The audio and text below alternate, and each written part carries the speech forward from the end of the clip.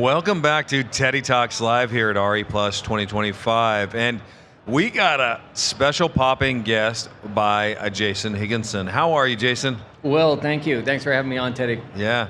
Tell us about who you are. Like, you're up in the Oregon area, correct? Seattle. Seattle. Okay, Yeah. so a little bit farther north. So you're up in the Seattle area. Tell us about what and how long you've been there. How long have you been with APsystems as a company, and what your current role is? Yeah, so I've been with APsystems going on 11 years now. Interesting story. When I first started with APsystems, it was APS America. Yeah. And we were getting sued by Arizona Public Service for the name APS. They'd had it for 100 years. And we got it cease and desist.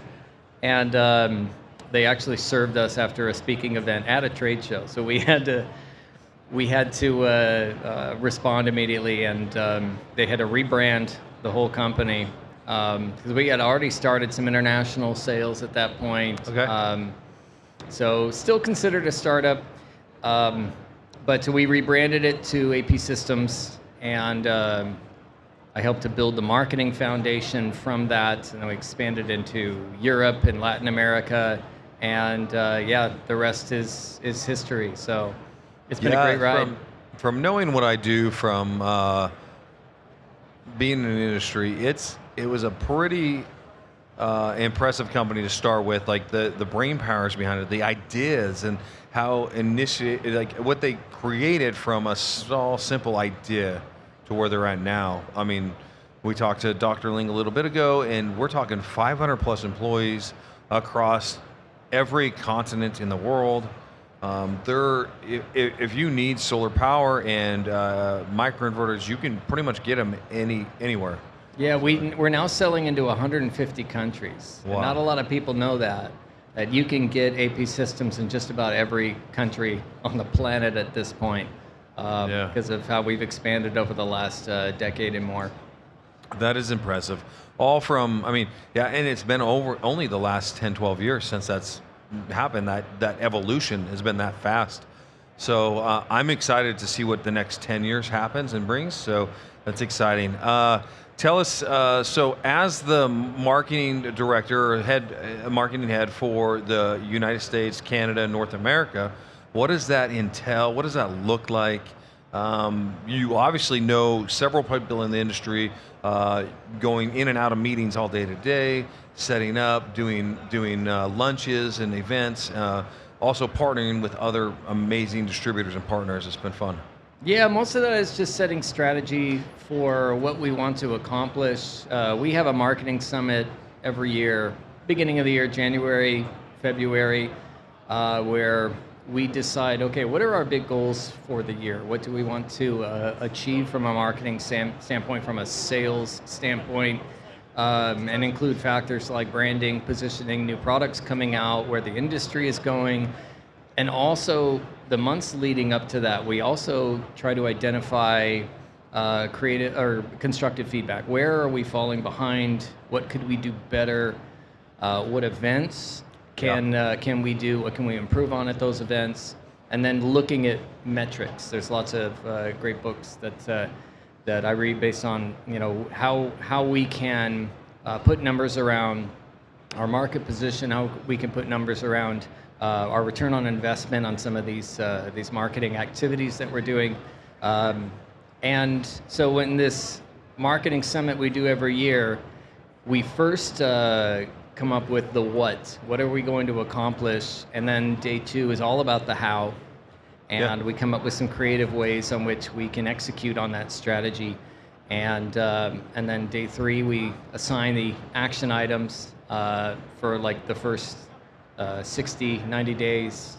What do we really want to get done to get the ball rolling on all of these? And that sets the stage for the year's strategy with the whole marketing team, who are just amazing, by the way. I'm being able to you have a wonderful team. It's a fantastic team. I'm getting to know more and more of them as we go on with this, and this beautiful set, this brainchild, this booth.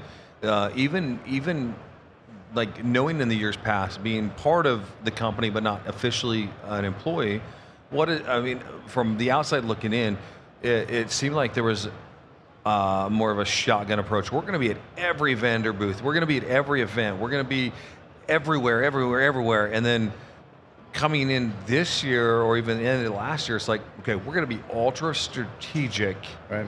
and come in with a scalpel and be like, this is where we want to be. You have to be able to pivot. You have Yeah. to be nimble, and you have to be able to quickly. Okay, that strategy didn't work. Let's take another approach. And yeah, it's to be relevant today in the world of AI, in the world of Yeah. changing policies, changing demographics. You have to be able to adapt, and those are the ones that survive. Yeah, and it seems like we're able to, I mean, we're a small footprint here in the US. Out of those 500 employees,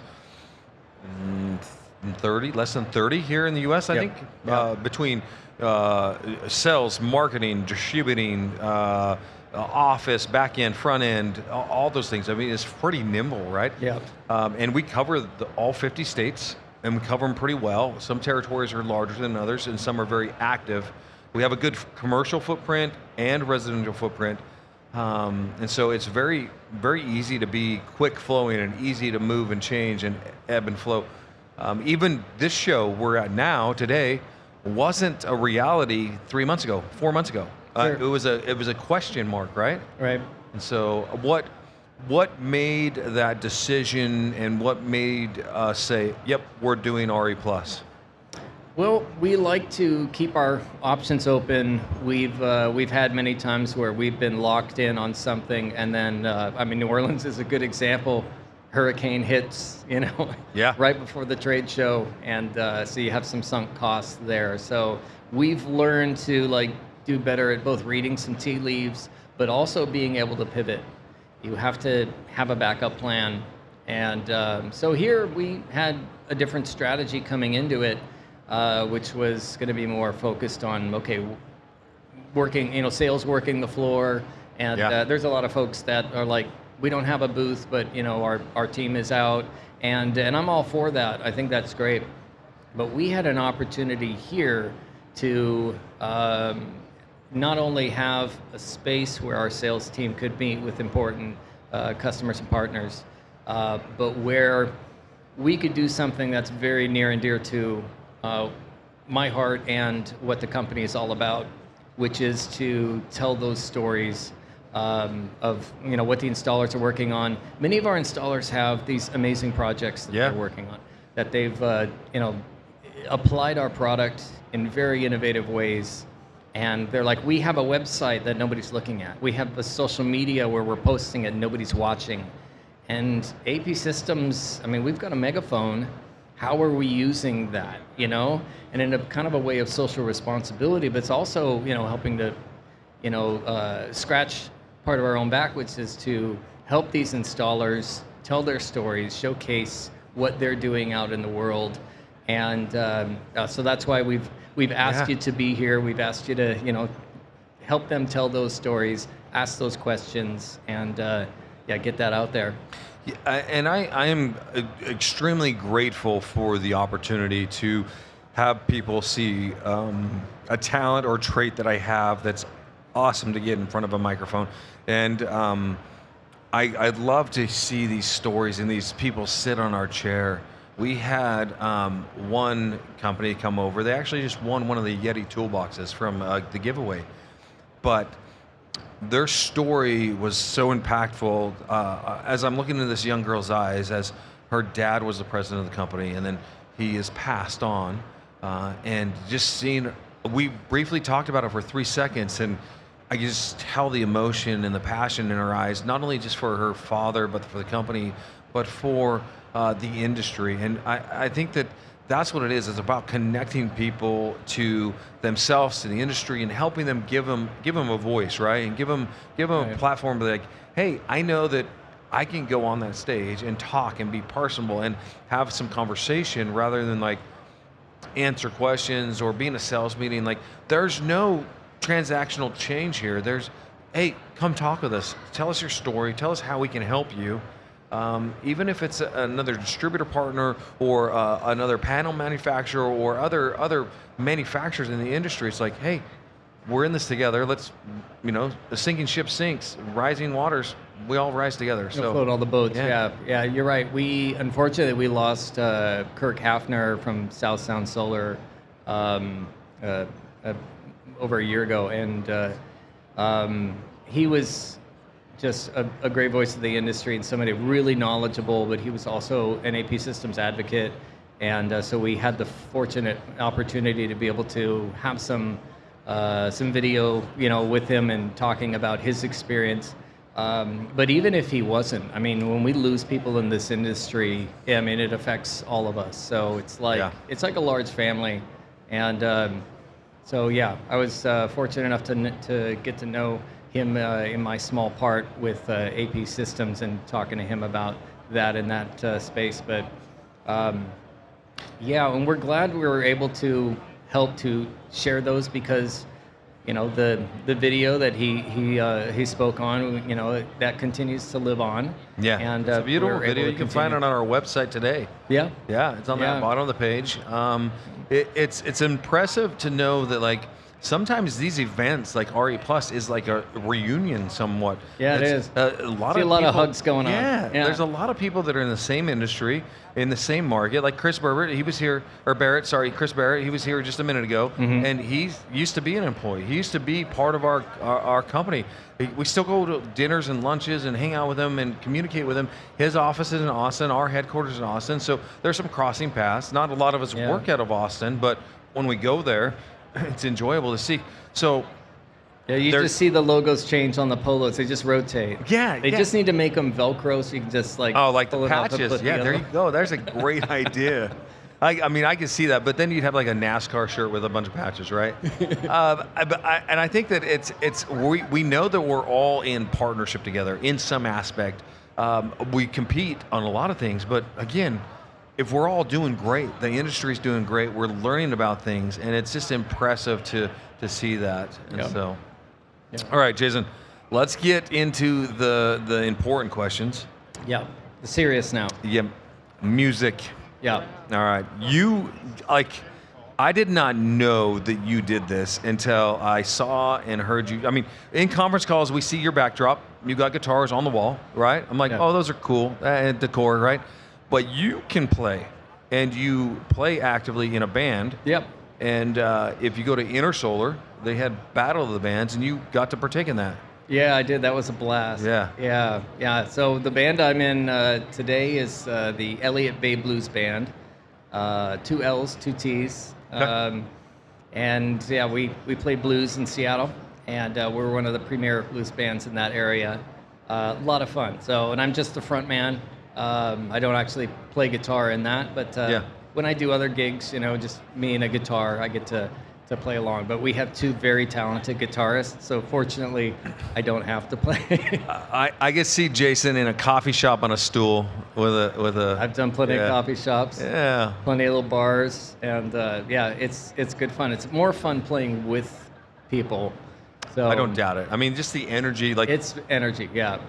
it's fun. I mean, like we did a little karaoke earlier, a little fun stuff here on the stage, and I don't think any of it's recorded, thank goodness. But it's fun to get to know what people like. And I ask silly questions like, do you like pineapple on pizza? What's your favorite cookie? Right. So yeah, what's your favorite cookie? Let's go for there.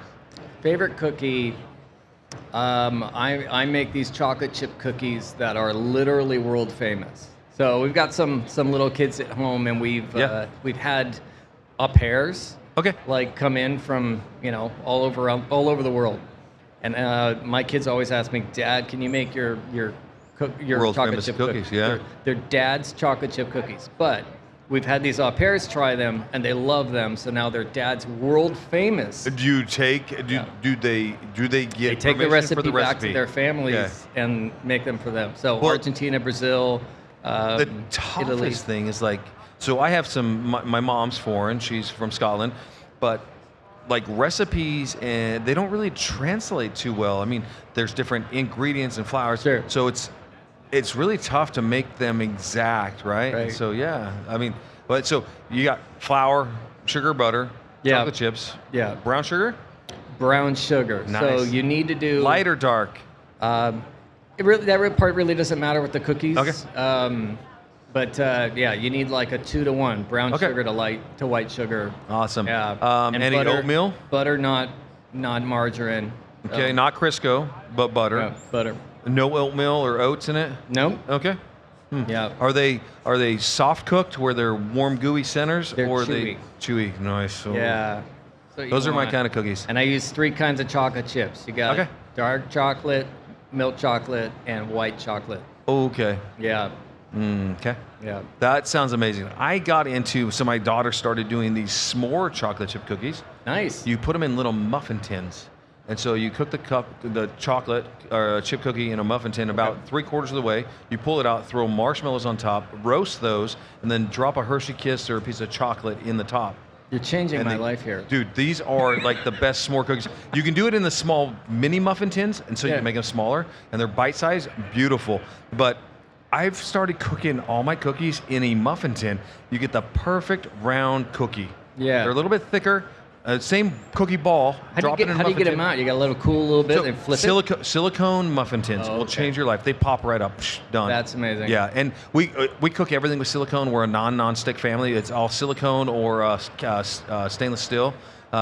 Chemicals and all forever chemicals. I'm all there that with stuff. you. Yeah. So, but it's a game changer, dude. It's a wonderful. So Amazon, you a silicone. Just what muffin I tins. need is Yeah, more cookies, delicious Yeah. things to eat. Yeah, and the funny thing is, like, the harder the marshmallow, like the hard ones, you throw them in, and they actually like the marshmallows out of what's the Lucky Charms or the other ones? Yeah. Oh, dude, they roast a little bit, but they got that crunchy, hard And the sugar. texture, Oh too. yeah, it's just beautiful. Yeah, That's amazing. yeah, and the mini ones work perfect for that. But yeah, awesome. So let's talk about, like, what do you see next in APsystems in the next? We're getting done with third quarter. We're almost in the fourth quarter. Yeah. What does that look like for finishing off 2025 and moving into 2026? What do you see pivoting, changing, different in the marketing side, in the industry? What's your crystal ball telling you? Well, I think that's a big challenge because there's a lot of question marks right now, and we like to be able to plan around things. So, for example, my marketing budget is based on what we are planning for our sales budget, our sales Yep. revenue. What does that look like? What do the projections look like? And a lot of that hinges around macroeconomic forces outside Yes. of our control. So, how do you respond to industry policy shifts in what's happening with on the federal level? How do you respond to those unknowns? And you have to have a couple of different strategies. Remember we talked earlier about being able to be nimble and Yeah. be able to pivot. So when you feel like a strategy isn't working, and that's something that I love about the APsystems, the global leadership team, is they make intelligent decisions based on information at the time, based on data, and then when if it doesn't pan out, then we can quickly pivot to something else. And so regardless of it, I know a couple of things are still going to be consistent. APsystems is still going to make excellent products. APsystems is still going to be focusing on the installer and a service promise to the homeowner. So we are going to continue to do right by that and to lead in innovation in the solar industry. So regardless of whatever else happens, those things are going to be consistent with APsystems. Yeah, I think that, every first quarter in the solar market is kind of a little bit slower in general, especially where I'm at in Utah or in Montana, Idaho, PNW. The weather's not very indicative of getting out there and installing mass amounts of projects. We still do it. We still get on roofs. There's ice, there's water. It doesn't really matter. We still have to get the work done. But it just seems a little bit slower and kind of catch your breath. December's always a mad rush for tax credits, getting the end in. This year's going to be a little bit busier, I believe, because of the end of the tax credit. Right. But you're going to have to get it in and operational before the 31st, is what I understand. There is opportunity to safe harbor and buy larger equipment for the commercial projects and other entities. So that'll be fun to see. I, from my talks and the people that I'm rubbing shoulders with and having these conversations, we're hopeful. Even there's some hint about California and some other states coming out with other incentive programs themselves and/or financing options. There's even purchase PPAs or prepaid PPAs, and so there might be some opportunities where we can actually capitalize and have a better Q1 than we even imagine right now. And so I think the private market can do it a lot better than the incentive market or the government. And I think that maybe getting away with the ITCs, letting those go to bed and put them to rest, it's going to incentivize people to step up and perform. We'll have lower costs possibly on the sell side, on the financing side, Yep. on the install side.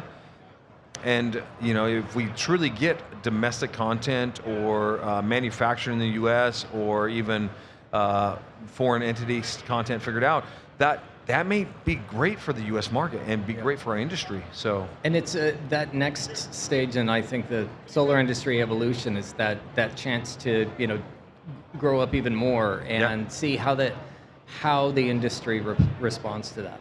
I've got a 24-year-old son, and he moved out right before COVID, and he's like, Dad, I want to try this. I want to give it a go. And I'm like, this is gonna be tough, a tough time for him to thrive because his job in food service, they closed the restaurant, so he had to try to fly on his own. I was like, okay, it's either gonna be that or he's coming back, and he was determined, and he thrived in that environment, and we really saw what he was made of in those moments. And so we're really going to find out, with the solar industry, like, how do we band together? How do we thrive as a group? How can we excel past any boundaries, limitations that are currently in place? And for all the reasons that you mentioned, like there are opportunities outside of just what we see as current limitations. It's like taking the training wheels off the bike, then letting go, letting us like, okay, let's see how far we can get down the road. Now, are we going to crash and burn? Possibly. Are we going to have success? Possibly. It's so random on how that works, but there's a lot of people that are rooting for us. Not only just us as APsystems, I'm talking us as an industry. We're part of that puzzle, and we're going to fit in it somehow, and we're going to keep on going. I mean, you look around here, you're talking, everybody knows renewable energy's here to stay, and just how much it gets impacted by outside sources. So, let's, if you have one tidbit of information, something you want to pass on, something you want to live in the internet forever, as it may say, right? What is that? I'm going to go back to what I love. I do Tidbit Teddy Tuesdays.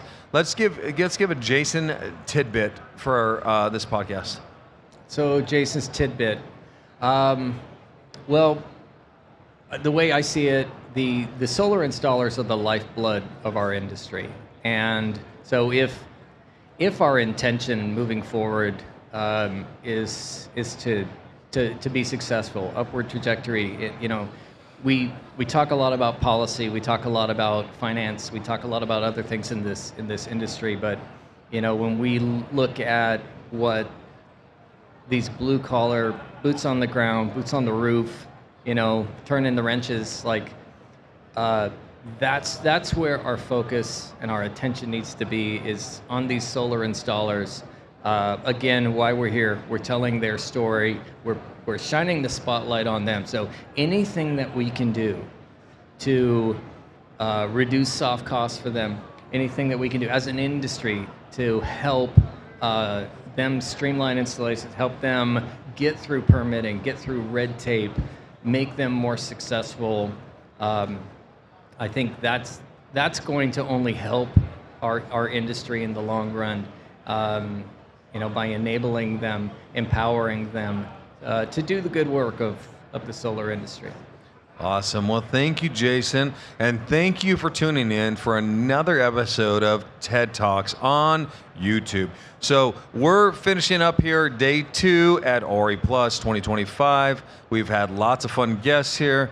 I'm going to get ready to go get some dinner, and I hope to see you next time on your site or right here on my couch tomorrow. Till then, Teddy Talks out. I hope you liked that last video.